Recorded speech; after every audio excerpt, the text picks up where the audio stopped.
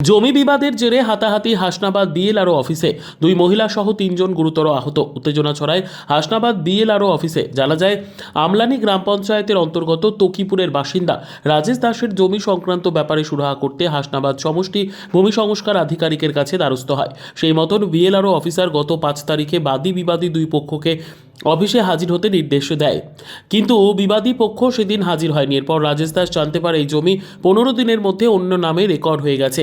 পৈতৃক সম্পত্তি, আমার বাবা দাদুর সম্পত্তি, সেই ক্ষেত্রে আমরা তার নাতিপুতি।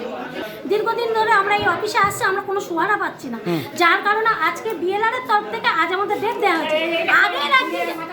আগের একদিন ডেট দেওয়া হয়েছিল, সেই ডেটে আমরা এসেছিলাম, সেই ডেটে ওরা কিন্তু আসেনি। তখন এরা কি করলো, আসেনি। ইতিমধ্যে বিএলআর অফিস থেকে আমাদের ইনফরমেশন দেওয়া হয়নি যে আজকে অপর পার্টি আসবে না। আমরা না আসা শুনে আজকে আমাদেরকে ডেট দেওয়া হয়েছে, আমরা আজকে এসেছি।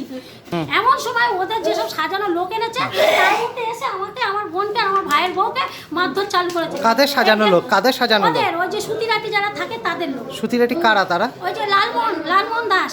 তাদের সাথে আপনাদের জমির বিবাদ ছিল? না না, জমির বিবাদটা কাদের সাথে ছিল? জমির বিবাদ হচ্ছে সঞ্চিতা দাস, এখানকার মেম্বার। আচ্ছা। রাজেশ দাস তার হাজবেন্ড, সুকুমার দাসের জমি নিয়ে বিবাদ হচ্ছে। আচ্ছা। কিন্তু ভীষণভাবে মেরেছে আমাদের আমাদের দুই বোনকে, আমার ভাইয়ের বউকে। এখন কি চান আপনারা?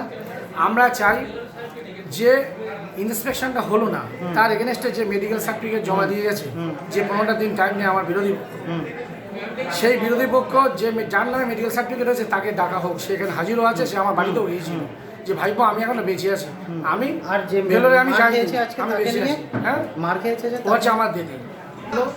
সে যে আমার দিদিকে বা আমাদেরকে হেনস্থা এবং মারধর করেছে, তার উপযুক্ত শাস্তির দাবি করছে। আপনার নাম? আমার নাম রাজেশ তকিপুর, আমরা নিচ্ছি রাজেশ কি দাস।